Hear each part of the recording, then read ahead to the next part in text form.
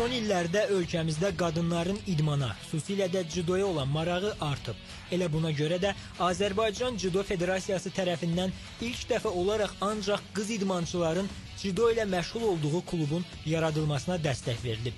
Klubda hazırda 40-a yaxın yeniyetmə qız ödənişsiz olaraq bu idman növü ilə məşğul olur.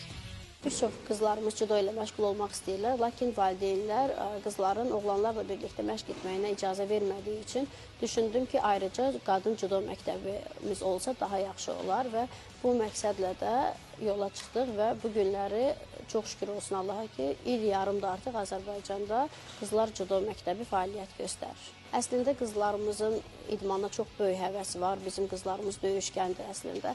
Sadəcə olaraq valideynlər çox vaxt onlara icazə vermirdilər. Lakin bu günləri qızlar ayrıca məşq etdikləri üçün və müəllimələri də qadın müəllimi olduğu üçün heç bir valideyn buna maneəçilik törətmir. Əksinə sevinirlər bunun üçün. Parajudo üzrə dünya və paralimpiya çempionu olan Afaq Sultanova məşqçiliyin də məsuliyyətli olduğunu dilə gətirdi. O, hər güclü idmançıdan yaxşı məşqçi olmur deyiminə də öz münasibətini bildirdi.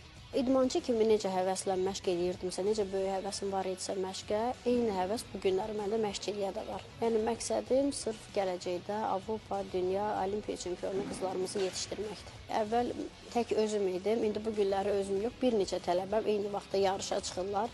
Hər birinə görə ayrı-ayrı həyəcan keçirdirsən və məşqçi kimi də çox çətindir. İdmançı kimi də çətindir, məşqçi kimi də çətindir. Heç biri asan bir yol deyil. Elə idmançılar var ki, çox güclü idmançılar, lakin məşqçi kimi özlərini doğrulda bilmirlər. Elə idmançılar da var ki, elə güclü uğurları olmayıb, lakin məşqçi kimi gözəl məşqçidirlər.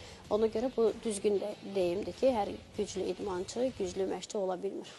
Gənc məşqçi sonda bizi izləyən valideynlərə də dəyərli fikirlərini səsləndirməyi unutmadı. Mən istəyərdim ki, valideynlər heç bir maneəçilik törətməsinlər. Çünki mən bilirəm ki, bütün qızlarımızın çox faizi idmanla məşğul olmaq istəyirlər. Və bu günləri bu şərait də bizə yaradılıb. Ayrıca qadın cüdo məktəbi var.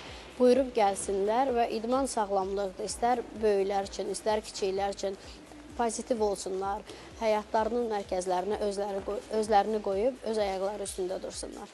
Qeyd edək ki, Azərbaycan Cüdo Federasiyasının əsas fəaliyyət istiqamətlərindən biri ölkədə qızlar arasında cüdo idman növünün kütləviləşdirilməsi və beynəlxalq turnirlərdə qadın cüdoçuların təmsilçiliyini artırmaqdır.